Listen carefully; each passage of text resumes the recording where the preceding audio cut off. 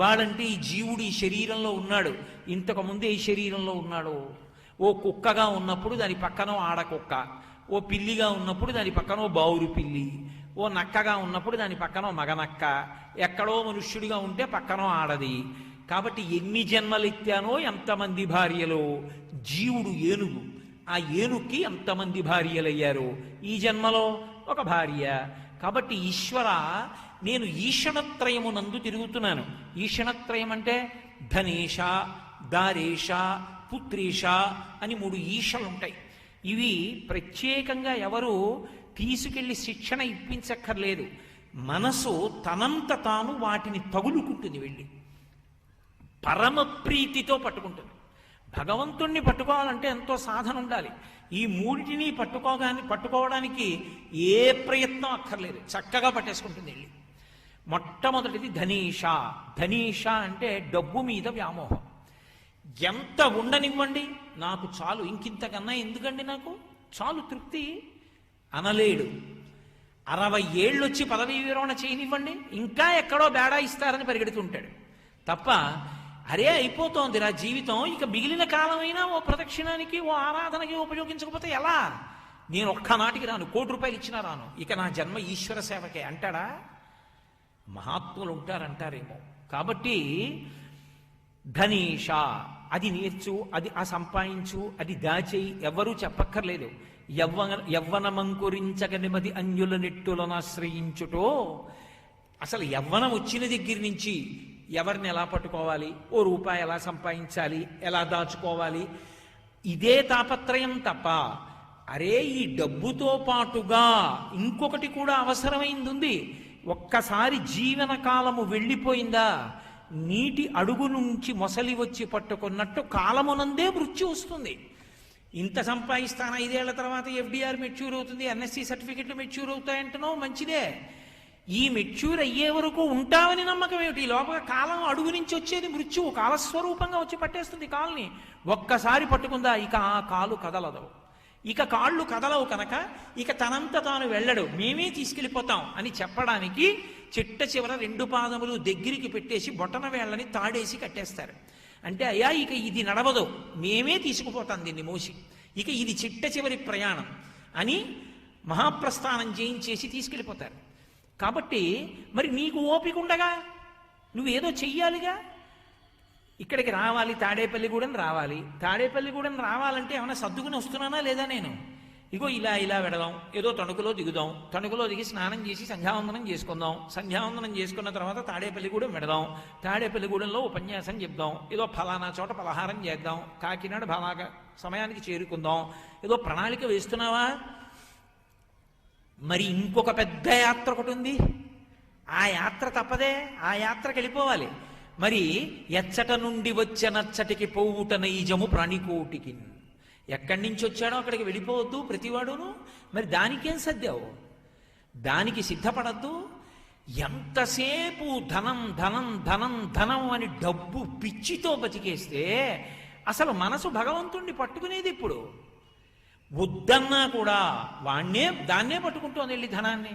రామకృష్ణ పరమహంస అద్భుతమైనటువంటి ఉపమానం ఒకటి చెప్పారు. ధనీష, డబ్బు మీద పిచ్చి ఎంత మనిషికి తృప్తి లేని స్థితిని తీసుకొస్తుందో ఆయన ఎన్ని చోట్ల ఎన్ని ఉపాఖ్యానాలు చెప్పారో మహానుభావుడు. ఆ డబ్బు మీద వ్యామోహం అనేటటువంటిది విపరీతంగా పెరిగిపోయింది అనుకోండి, ఇంకా వాడు మనశ్శాంతిగా కూర్చునేది ఎప్పుడు, వాడు మనశ్శాంతిగా ఉండేది ఎప్పుడు? వాడు ఎప్పుడు ఉండలేడు. ఆయన ఒక పక్షి ఉదాహరణ చెప్తుండేవారు. ఆ పక్షి నోట్లో మాంసం ముక్క కరుచుకుంది. కరుచుకునేటప్పటికి పెద్ద పెద్ద డాగలు, రాబందులు, గద్దలు దాన్ని వెంట తరిమి, ఎందుకంటే దాని నోట్లో మాంసం ముక్క ఉంది. అది మాంసం ముక్క కింద బారేసి చెట్టు మీద కూర్చుంది. అన్ని పక్షులు దాన్ని వదిలేసి మాంసం ముక్క దగ్గరికి పోయి, నీ దగ్గర ఉన్నదన్నంత కాలం అశాంతి, వదిలిపెట్టడంలో ప్రశాంతి. త్యాగే నైకే అమృతత్వమానసో పరేణ నాకం నిహితం గుహాయాం బిభ్రాజతే తజ్జతయో విశంతి. ఉపనిషత్ చెప్తోంది కదా. కాబట్టి సంసారంలో ఉన్నవాడు అన్నీ విడిచిపెట్టేయక్కర్లేదు. కనీసం అయ్యో జీవయాత్ర కోసమని భగవంతుని మీద తాపత్రయం ఉండాలా? ఇంక 24 గంటలు అదే పట్టుకుంటే వచ్చేది ఏముంటుంది? పైగా దానివల్ల వచ్చేటటువంటి నష్టం ఒకటి ఉంది పెద్దది. అహంకారం ప్రబలడానికి ఒక కారణం అదే. డబ్బుందా, కళ్ళు కనరావు, చెవులు వినరావు, చిత్తంబు చిక్కుపడును, సేవలన్నయు మరచు నీ మహిమమాన్పి మేలు చేసితివి నీ మేర మిటి చూపి అంటాడు వామనమూర్తితో బలిచక్రవర్తి. డబ్బుందా, అహంకారం, కళ్ళు కనపడవు, ఎంత అతిశయమో. కొందరు మహాత్ములు ఉంటారు, నాకే వ్యక్తిగతంగా జీవితంలో పరిచయం, కోట్లకి పడగలెత్తినా ఎంత వినయంగా ఉంటారో, ఎంత ప్రశాంతంగా, ఎంత చక్కగా ప్రవర్తిస్తారో. ఒక్కొక్కసారి వాళ్ళని చూస్తే అనిపిస్తుంది, ఇంత వినయం అసలు మనకుందా అనిపిస్తుంది. అంత వినయంగా ప్రవర్తిస్తారు కొంతమంది. రామకృష్ణ పరమహంస చెప్తుండేవారు, రాజుగారు అంబారీలో కూర్చుని ఏనుగు మీద వచ్చేస్తున్నారు భద్రగజం మీద. ఆ మార్గ మధ్యంలో ఎవరో అడ్డు లేకుండా రహదారికి అటు ఇటు రాచభటులు నిలబడ్డారు. ఏనుగు వచ్చేస్తోంది. అక్కడ ఒక కన్నం ఉంది. కన్నంలోంచి ఒక కప్ప పైకి వచ్చి తన కాలు పైకెత్తింది. ఏయ్ బుద్ధి లేని ఏనుగా, ఇక్కడ నేనున్నానని తెలీదా, పో పక్కకి అంది. అంటే రామకృష్ణ పరమహంస శిష్యుడు తెల్లబోయాడు. హే భగవన్, ఒక కప్ప అదేమిటండి కాలెత్తి ఏనుగుని పక్కకు పొమ్మంటోంది, ఎందుకు అలా పొమ్మంటోందని అడిగాడు. పరమహంస దివ్యజ్ఞానం కలిగిన వారు కాబట్టి కళ్ళు మూసుకొని ధ్యానం చేసి ఆయన అన్నారు, ఏమీ లేదు. ఇవాళ మధ్యాహ్నం తాను తొడుక్కున్న చొక్కా జేబుకి చిల్లున్న వ్యక్తి ఒకడు ఇలా వెళ్ళాడు. వెళ్ళినప్పుడు ఆ చిల్లులోంచి ఓ పావలా కాసు కింద పడి దీని కన్నంలో పడింది. కప్ప దగ్గర పావలా ఉంది. అహంకారం ప్రబలి ఏనుగు మీద కాలెత్తిందన్నాడు. ఐశ్వర్యము అహంకారమునకు హేతువు. అందరి విషయంలో కాకపోవచ్చు, తనని తాను పరిశీలించుకునేటటువంటి వాళ్ళకి అది ఎప్పుడూ కూడా ప్రతిబంధకం కాదు. కాబట్టి ఈశ్వర, నా చిత్తం ఎప్పుడూ ధనాన్ని తగులుకుని ఉంటుంది. డబ్బు డబ్బు డబ్బు డబ్బు, దానికోసం ఇది పుణ్యమా ఇది పాపమా అక్కర్లేదు, చేసేయడమే. శరీరం పడిపోయే సమయం ఆసన్నమైపోతుంది. పడిపోయింది. పడిపోయిన తర్వాత నువ్వు ఆ ధనాన్ని ఆర్జించడం కోసం పాటించినటువంటి పద్ధతులు పాపరూపంలో నీతో వచ్చేస్తాయి. ధనం బిడ్డలకు వెళ్ళిపోతుంది, వాళ్ళు వారసులు. పాపం ఎవరు పట్టుకెళ్ళాలి? మనం పట్టుకెళ్ళాలి. కాబట్టి తస్మాత్ జాగ్రత్త జాగ్రత్త. కామక్రోధశ్చ లోభశ్చ దేహే తిష్టంతి తస్కరాః జ్ఞానరత్నాపహారాయ తస్మాత్ జాగ్రత్త జాగ్రత్త అంటారు శంకర భగవత్పాదులు. కాబట్టి ధనీష, ఈశ్వర, ఈ ధనం మీద వ్యామోహం నాకొద్దు. ధనం సంపాదించద్దని శాస్త్రాల్లో చెప్పలేదు. సన్యాసికైతే ధనంతో సంబంధం లేదు. అసలు ఒక రూపాయి కోసం సన్యాసి వెంపర్లాడకూడదు. ఇవాళ వాళ్ళు వెంపర్లాడితే నేను దానికి జవాబు చెప్పడం కష్టం. కానీ అసలు సన్యాసి అంటే ఒక రూపాయి కోసం వెంపర్లాట ఉండదు, అన్నీ విడిచిపెట్టి ఉంటాడు. గృహస్థ అంటే ఆయనకి భార్య ఉంది, బిడ్డలు ఉన్నారు, ఆయన రూపాయి సంపాదించకపోతే ఎలా? రూపాయి సంపాదించకపోతే తప్పు. మాతా నిందతి నాభినందతి పితాహ భ్రాతా న సంభాషతే భృత్య కుప్యతి నానుగచ్చతి సుతా కాంతాపి నాలింగతే. ఓ రూపాయి సంపాదించినటువంటి వాడిని చూస్తే తల్లి కూడా నిందిస్తుంది, తండ్రి సంతోషించాడు, అన్నదమ్ములు ఆనందించారు, సేవకుడు కూడా ఓ రూపాయి ఇవ్వగానే పెద్ద పనులు చెప్తావులేవా అంటాడు. కొడుకు వచ్చి నాన్నగారు కాళ్ళు కడుక్కోండి నీళ్లు పట్టుకురాడు, కాంతాపినాలింగతే. భార్య ప్రియమార కౌగిలించుకోదు. ఆఖరికి అర్ధప్రార్థన శంకయాన కురుతే సల్లాపమాత్రం సుహృత్. వీడికి కనబడితే రూపాయి అప్పడుగుతాడు, రా బాబా స్థమానం అని చెప్పి మంచివాడైనా సరే స్నేహితుడు పక్క సందులోకి వెళ్ళిపోతాడు. అర్ధప్రార్థన శంకయాన కురుతే సల్లాపమాత్రం సుహృత్ తస్మాత్ నైతికమర్ధమార్జన శృణు సఖే విత్తేన సర్వే వశాః. హే సఖే, ఓ స్నేహితుడా, డబ్బు సంపాదించు, వద్దనలేదు, నీతి తప్పి సంపాదించు. తాపత్రయంతో ఇహ డబ్బే సమస్తం అనుకుని వెంటబడకు. అర్థమనర్థం భావయ నిత్యం అంటారు శంకర భగవత్పాదులు. అదొక్కటే జీవితం అనుకోవడం తప్పని జ్ఞాపకం చేసుకుంటూ ఉండు అంటారు. ఈశ్వర, దాని మీద ఉన్న ప్రీతి నీ మీద నాకు ఉండట్లేదు. కాబట్టి నాకు ధనము మీద ఉన్నటువంటి భ్రాంతి పోగొట్టి నీ మీద ప్రేమ కల్పించు. ఇది అడగడంలో మొదటి ప్రదక్షిణం చేసినప్పుడు ధనీష తీయమని అడుగుతాడు. రెండవది దారేష. దారేష అంటే భార్య మీద ప్రీతి. అంత ప్రీతి మంచిదే, అనుకూల దాంపత్యం మంచిదే, ఇద్దరూ కలిసి సంతోషంగా ఉండడం మంచిదే. అలా ఉండకూడదని శాస్త్రాలు చెప్పలేదు, గృహస్థాశ్రమం అలా ఉండవద్దని కూడా చెప్పలేదు. కానీ అది ఒక్కటే సమస్తం అనుకుని దాని వలన తరించిపోతాం అనుకోవడం మాత్రం తప్పు. భార్యాభర్తలు ఇద్దరూ చెయ్యి పట్టుకుని ఆధ్యాత్మిక జీవనంలో నడిచి యజ్ఞయాగాది క్రతువులు చేసి భగవద్భక్తితో ప్రవర్తించి ఒకరికొకరు తోడుగా ఉండి ఈశ్వరుణ్ణి చేరుకునే ప్రయత్నం చెయ్యాలి తప్ప ఎన్ని సంవత్సరాలు వచ్చినా భోగబుద్ధితోటి లోభబుద్ధితోటి జీవితాన్ని గడిపేస్తే దాని వలన వచ్చేటటువంటి ఉపకారమే ఉంటుంది. పైగా అంత భ్రాంతి పడిపోతున్నావే, ఏది ఆవిడెవరో నాకు చెప్పన్నారు శంకరాచార్యుల వారు. అసలు ఆవిడ గురించి చెప్పు. చెప్పిన తర్వాత నువ్వు పట్టుకో, అంత పట్టుకోవడం తప్పో ఒప్పో నేను చెప్తానన్నారు. కాతే కాంత కస్తే పుత్ర సంసారోయమతీవ విచిత్ర కస్యత్వం కక్కుతయా యాతః తత్వం చింతియత దియభ్రాతః. కాతే కాంత, మావిడని వెర్రిక్కిపోతున్నావే, అనుకూలంగా ఉండద్దం లేదు, ఇక అదే సమస్తం అంటున్నావే. ఆవిడెవరు చెప్పు. ఆవిడెవరు ఏంటంటే మా మామగారి కూతురు. మీ మామగారి కూతురని చెప్పడానికి మీ అత్తగారి కడుపులోకి ఎప్పుడు వచ్చింది? అయ్యో తెలియకపోవడం ఏంటంటే మా ఆవిడ జనన తేదీ నుంచి 9 నెలలు వెనక్కి వెళ్ళండి అప్పుడు వచ్చింది. అంతకుముందు ఎక్కడుంది? వచ్చిందంటే అత్తగారి కడుపులోకి వచ్చింది అంటే అంతకుముందు ఎక్కడో ఉందిగా. నేను తాడేపల్లిగూడెం వచ్చాను అంటే ఇంతకుముందు కాకినాడలో ఉన్నాను కదా. ఎక్కడి నుంచి వచ్చింది ఏమో నాకేం తెలుసండి. పోన్లే, మీ ఆవిడ సంగతి తెలియదు. కస్తే పుత్ర, నీ కొడుకు ఎక్కడి నుంచి వచ్చాడు? నా కొడుకు అని వెంపర్లాడుతున్నావుగా, ఎక్కడి నుంచి వచ్చాడు? అదేమిటండి మా ఆవిడ కడుపులోంచి వచ్చాడు. మీ ఆవిడ కడుపులోకి ఎక్కడి నుంచి వచ్చాడు ఏమో. కస్యత్వం, పోని నువ్వెవరు? కోటేశ్వరరావుని. ఎప్పుడు పెట్టారు ఈ పేరు? నేను పుట్టినప్పుడు బాలసారిలో పెట్టారు మా నాన్నగారు. బాలసారికి ముందు నీకు పేరుందా?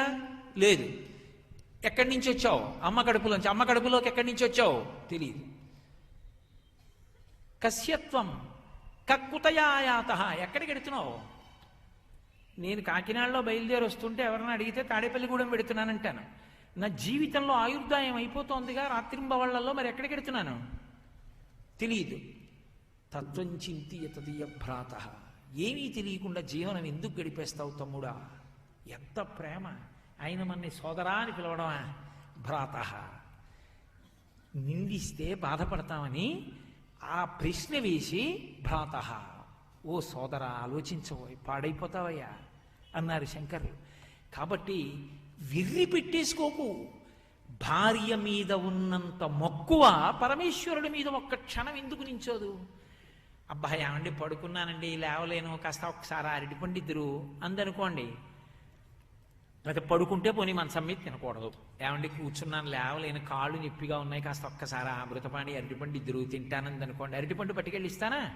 అమ్మో, నా భార్య ఎంతో ప్రేమగా అరటిపండు తొక్క తీసి ఓ పళ్ళెంలో పెట్టి, మళ్ళీ అది తొక్క ఎక్కడేస్తుంది, కుర్చీలో కూర్చొని అలిసిపోయి ఉన్నది, తొక్క ఎక్కడో చిన్న డబ్బాలో పడేసి పళ్ళెంతో అరటిపండు పట్టుకెళ్ళి దానికి ఇవ్వట్లా. భగవంతుడికి అరటిపండు నైవేద్యం పెడితే గిల్లి పెట్టాలి, ఎందుకంటే తర్వాత నే తినాలి. మళ్ళీ అది మొత్తం తొక్క తీసేస్తే నల్లపడిపోదు, రాత్రి నేను తినడానికి ఎలా పనికి వస్తుంది? అందుని గిల్లడం అంతే. అంటే నిజంగా ఆయన తినాలని పెడుతున్నావా, నువ్వు తినడానికి చూపిస్తున్నావా? ఏది? భార్యకి అరటిపండు పెట్టినంత ప్రేమ పరమేశ్వరుడికి పెట్టడంలో ఏది? దేవుడు అరటిపళ్ళని ఉంటాయి, గుళ్ళ ముందు కడుతుంటారు గెలలు, నా చిటికిని వేలంతా కూడా ఉండదు, సన్నగా మాడిపోయి ఉంటాయి. మనం తినడానికి వేరే అంగడిలో ఉంటాయి చక్రకేళీలు, అమృతపాణీలు, 40-50 పెట్టి అవ్వుకుంటారు.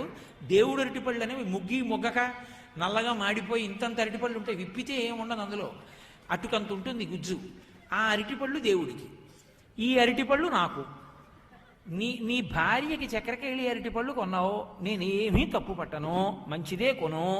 ఏడాదికి ఒక్కసారి 1-2 చక్రకేళి అరటిపళ్ళు ఆయనే తినాలని, ఏడాదికి ఒక్కసారి 2 చక్రకేళి అరటిపళ్ళు, ఈశ్వరా నేను తొక్క విప్పి పెడతాను తినండి, ఎంత తీయగా ఉన్నాయో, ముగ్గినవి తెచ్చాను తినండి స్వామి, ఆప్యాయంగా ఒలిచి 2 పళ్ళు అక్కడ పెట్టింది ఉందా? మీరు పెడతారేమో మహాత్ములు, నా గురించి నేను చెప్పేది. కాబట్టి దారేష, ఏమి పిచ్చి ఈశ్వర ఇది? ఈ పిచ్చి నీ మీద లేదే, ఒక్క రోజులు ఉండట్లేదే. ఈశ్వర, ఈ దారేషని తొలగించమని కాదు, భార్య యందు ప్రేమనుంచు, పిచ్చి కింద చేయకు, నీ యందు పిచ్చిని మంచిది అని 2వ ప్రదక్షిణంలో అడుగుతాడు.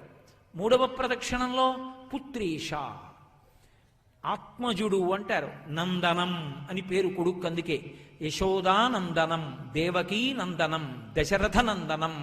నందనం అంటే ఆనందమునకు కారణమైన వాడు. కొడుకుని చూసుకుంటే తండ్రి మురిసిపోతాడు, తల్లి మురిసిపోతుంది నా కొడుకని. అటువంటి కొడుకు మీద విపరీతమైన భ్రాంతి, ఆఖరికి ప్రాణం పోతున్నా కూడా కొడుకు మీదే ఉంటుంది వ్యామోహం. ఆ కొడుక్కి సంపాదించాలి, ఆ కొడుకు కారులో తిరగాలి, ఆ కొడుక్కి మేడ ఉండాలి, ఆ కొడుక్కి సమస్తమైనటువంటి భోగ సంభారములు ఉండాలి. ఇంత వెంపర్లాడిపోయి ఇంత ఆలోచిస్తున్నావే, ఇందులో లక్షో వంతు భగవంతుడి గురించి ఆలోచించావా ఎప్పుడైనా? చిట్ట చివరికి ఆయన దగ్గరికే కదా వెళ్ళిపోవాలి. ఆయన కదా శాశ్వతుడు, నీతో వచ్చేవాడు, చిట్ట చివర నీకు ప్రశాంతినిచ్చేవాడు ఎవరైనా ఉంటే ఆయన ఒక్కడే. మహాభారతం అనుశాసనిక పర్వంలో పార్వతీదేవి పరమశివుణ్ణి అడిగింది, తెలియక కాదు లోకానికి చెప్పడానికి అడుగుతుంది. శంకర, కైలాస పర్వతం ఉంది, చింతామణులతో కూడినటువంటి మేడ ఉంది, కల్పవృక్షాలు కామధేనువులు తిరుగుతుంటాయి, అటువంటి మేడలో ఉండకుండా వల్లకాట్లో వెళ్ళి కూర్చుంటావు, ఎందుకయా శంకరా నీకు ఈ పని అని అడిగింది. ఆయన అన్నాడు, పార్వతి ఎందుకు కూర్చుంటానో తెలుసా? సృష్టికర్త నా బిడ్డ చతుర్ముఖ బ్రహ్మనన్న ఒక మాట అడిగాడు. అక్కడ నేను ఉండకపోతే ఉగ్రభూతములు ఊళ్ల మీదకి వచ్చి పడిపోయి ఇళ్లల్లో చేరి పూజలు చేయడం మొదలు పెడతాయి. అవి పూజలు చేస్తే ఉగ్రమైన ఫలితాలు వస్తాయి. అంటున్నావా లేదా? ఉత్తిష్టంతో భూత పిశాచాహ, మీరు లేచిపోండి మేము చేసుకుంటాం పూజ అంటున్నావా లేదా? అవి ఇళ్లల్లో చేరుతాయి. అందుకని అవి ఊళ్ళోకి వెళ్లకుండా ఉండాలంటే వాటిని సంతోషపెట్టి అక్కడ ఉంచడం కోసం, ఊళ్ళో ఉన్న వాళ్ళు బాగుండడం కోసం అక్కడ ఉండి తాండవం చేస్తుంటాను. రెండవది ఎందుకుంటానో తెలుసా? నా అంత వాణ్ణి నేనంటాడు, ఈ శరీరం నేనంటాడు, ఈ ఇల్లు నాదంటాడు, ఈమె నా భార్య అంటాడు, వీళ్ళు నా బిడ్డలంటాడు, నాకింత సర్కిల్ అంటాడు, నాకింత ఇన్ఫ్లుయెన్స్ అంటాడు. ఆఖరణ శరీరం పడిపోయిన తరువాత ఓ 2 కొత్త కర్రలు, ఓ 2 కొత్త చాపలు తెచ్చి పడుకోబెట్టి తాడేసి బిగించేసి తీసుకుపోతారు. తీసుకుపోయి కప్పినటువంటి పైన బట్ట కూడా తీసేస్తారు. పైన కప్పిన బట్ట మీటి చాకలి పాలు, ఆ బట్ట కూడా తీసేసి కట్టెల మీద పెట్టి కాల్చేస్తున్నారు. అప్పుడు జీవుడు పైకి లేచి నిలబడతాడు. తీసుకొచ్చిన వాళ్ళందరూ స్నానం చేసి వెళ్ళిపోతారు. వెళ్ళిపోయిన తర్వాత ఈ జీవుడు ఒక్కడే ఏడుస్తూ ఉంటాడు. తన శరీరం కూడా కాలిపోతోంది, తన వాళ్ళన్న వాళ్ళు వెళ్ళిపోయారు, తను నమ్ముకున్నదొక్కటి దగ్గర లేదు. చీకటి పడుతోంది, ఉగ్రభూతాలు లేస్తున్నాయి. భయపడిపోతుంటే, ఒరే బెంగ పెట్టుకోకురా నేనున్నాన్రా అని అప్పుడు సేద తీర్చడానికి ఎవరు ఉండరు పార్వతి, అందుకు నేను అక్కడుండి బెంగ పెట్టుకోకురా, వచ్చే జన్మలోనైనా శరీరాన్ని సక్రమంగా వినియోగించుకో, పాడైపోకు అని ధైర్యం చెప్పడానికి నేను అక్కడ ఉన్నాను పార్వతి, చేతకాక ఇల్లు లేక కాదు అని శంకరుడు అనుశాసనిక పర్వంలో పార్వతీదేవితో చెప్తాడు. కాబట్టి పుత్రీష, ఆ కొడుకు మీద ప్రేమ ఉండవద్దు అని శాస్త్రాలు చెప్పలేదు. కొడుకు మీద ప్రేమ ఉండవలసిందే, కొడుకు యొక్క అభ్యున్నతిని కోరవలసిందే. గృహస్థాశ్రమంలో ఉన్నవాడు కొడుకు కలగాలని కోరుకోక, కొడుకుని పోషించక, కొడుకు వృద్ధిలోకి రావాలని కోరుకోకపోతే ఆశ్రమంలో ఎలా ఉంటాడు? కాబట్టి ఆశ్రమంలో, గృహస్థాశ్రమమునందు కొడుకు యందు ప్రేమ ఉండడం తప్పు కాదు. కానీ కొడుకే సర్వస్వం అనుకుని తాను గోదానం కూడా చేసుకోకుండా వాడు చేస్తాడనుకుని బతికేయడం తప్పు. వాడు 11 రూపాయలు ఇచ్చి గోదానం చేసేశానంటాడు. 11 రూపాయలకి గోవు కాదు, గోవు తోకలో వెంట్రుక రాదు. గోదానం 11 రూపాయలు ఏంటి? నువ్వు ఉండగా హాయిగా నీ భార్యతో కలిసి ఓ గోదానం ఎందుకు చేసుకోవు? నీ ఒంట్లో ఓపిక ఉండగా ఇంత పచ్చిగడ్డి కోసి తీసుకెళ్లి ఓ గోశాలలో గోవుకి ఎందుకు పెట్టుకోవు? నీ ఓపిక ఉండగా ఓ గోశాలకెళ్ళి కూర్చుని ఓ గోశాలలో రామాయణంలో 4 శ్లోకాలు భగవత్ ప్రార్థనలో ఎందుకు చదవవు? ఓ గోవుకి ఒట్టికి నీళ్లు పోసి కడిగి చక్క పృష్ఠభాగమునందు పసుపు కుంకం పెట్టి 2 అక్షతలు 2 పువ్వులు ఎందుకు ఇయ్యవు? గోవుకి ప్రదక్షిణం ఎందుకు చెయ్యవు? ఎప్పుడో ఎవడో ఏదో చేస్తాడు, నిన్ను తరింపచేస్తాడని ఎందుకు తాపత్రయపడతావు? ఏమిటా ఈశ? ఎందుకంత విర్రి? ఈశ్వరా, నాకు ఈ పిచ్చి పోవట్లేదు, మీరు ఈ పిచ్చి పోగొట్టండి. పోగొట్టి ధార్మిక కార్యక్రమముల యందు నేను పాల్గొని నన్ను నేను ఉద్ధరించుకునే అదృష్టాన్ని నాకు ఇవ్వండి అని ఉద్ధరేణ ఆత్మనాత్మానం, ఎవడిని వాడు ఉద్ధరించుకోవాలి. ఎవడికి ఆకలిస్తే వాడన్నం తినాలి. 10 మంది కలిసి చేసేవి కొన్ని ఉంటాయి, ఒక్కడు చెయ్యవలసినవి కొన్ని ఉంటాయి. భగవంతుడి పల్లకి పట్టుకుంటే 10 మంది పట్టుకోవాలి, ఉట్టి కొడితే 10 మంది కలిసి కొట్టాలి. ఆకలిస్తే అన్నం ఎవడికి వాడు తినాలి, నిద్ర వస్తే ఎవడికి వాడు నిద్రపోవాలి తప్ప భజన చేశాం కదండి మేమందరం కలిసే పడుకుంటామంటే నీ కర్మ. ఎవడు ఏమీ చేయలేడు. కాబట్టి ఒక్కడివి చెయ్యవలసినవి ఏ ఉంటాయో అది ఒక్కడివి చెయ్యాలి. కొడుకుని నమ్మవద్దని చెప్పలేదు, కొడుకే సమస్తమని అనుకోవద్దు. నిన్ను నువ్వు ఉద్ధరించుకునే ప్రయత్నం నువ్వు చెయ్యి. కాబట్టి ఈశ్వర నాకటువంటి జ్ఞానమును ఇవ్వండి అని భగవంతుణ్ణి అడగడానికి నోరు విప్పి అడగకపోయినా ఈ మూడిటిని కృప చెయ్యమని అడగడానికి ప్రతిబంధములను పోగొట్టి భగవంతుణ్ణి చేరవలసినటువంటి మార్గాన్ని సుగమం చెయ్యడానికి ఈశ్వరుడు యొక్క దేవాలయానికి 3 మార్లు ప్రదక్షిణం చేస్తారు. దాని వలన ధనేష, దారేష, పుత్రేష అనబడేటటువంటి 3 ఈశలు తగ్గిపోతాయి. తర్వాత దేవాలయంలోకి ప్రవేశించేటప్పుడు 3 మంటపములతో ఉండాలి దేవాలయం.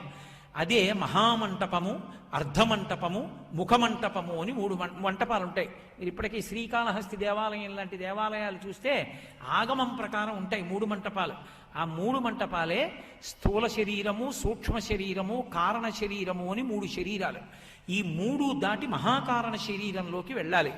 ఈ 3 శరీరత్రయాన్ని దాటుతున్నాను. స్థూల శరీరం అంటే పైకి కనపడేటటువంటి ఈ శరీరం, సూక్ష్మ శరీరం అంటే లోపల ఉండేటటువంటి మనస్సు, చిత్తము, బుద్ధి, అహంకారము, అంతఃకరణ చతుష్టయం.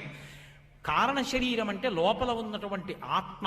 మహాకారణ శరీరం అంటే వీటన్నిటికీ ఆధారభూతమైనటువంటి పరబ్రహ్మము. ఆ ఆత్మయే ఒక స్థాయిలో మహాకారణ శరీరముగా చెప్పబడుతుంది. ఈ 3టిని దాటి నీ దగ్గరికి వస్తున్నాను, నీ దర్శనాన్ని పొందుతున్నాను. ఆయన్ని దాటి వెళ్ళడానికి ఇంకేమైనా ఉంటుందా? ఉండదు. ఇవన్నీ దాటి దాటి వస్తావు. ఆయన్ని కూడా దాటి వెళ్ళిపోవడానికి ఏం ఉండదు. అందుకే అంతరాలయానికి వెనక ద్వారం ఉండదు. ఇక ఆయన్ని దాటి వెళ్ళేది లేదు. ఆయన వరకే ప్రయాణం. మనుష్య జీవిత ప్రయాణం ఎక్కటి వరకు? ఆయనను చేరుట వరకు.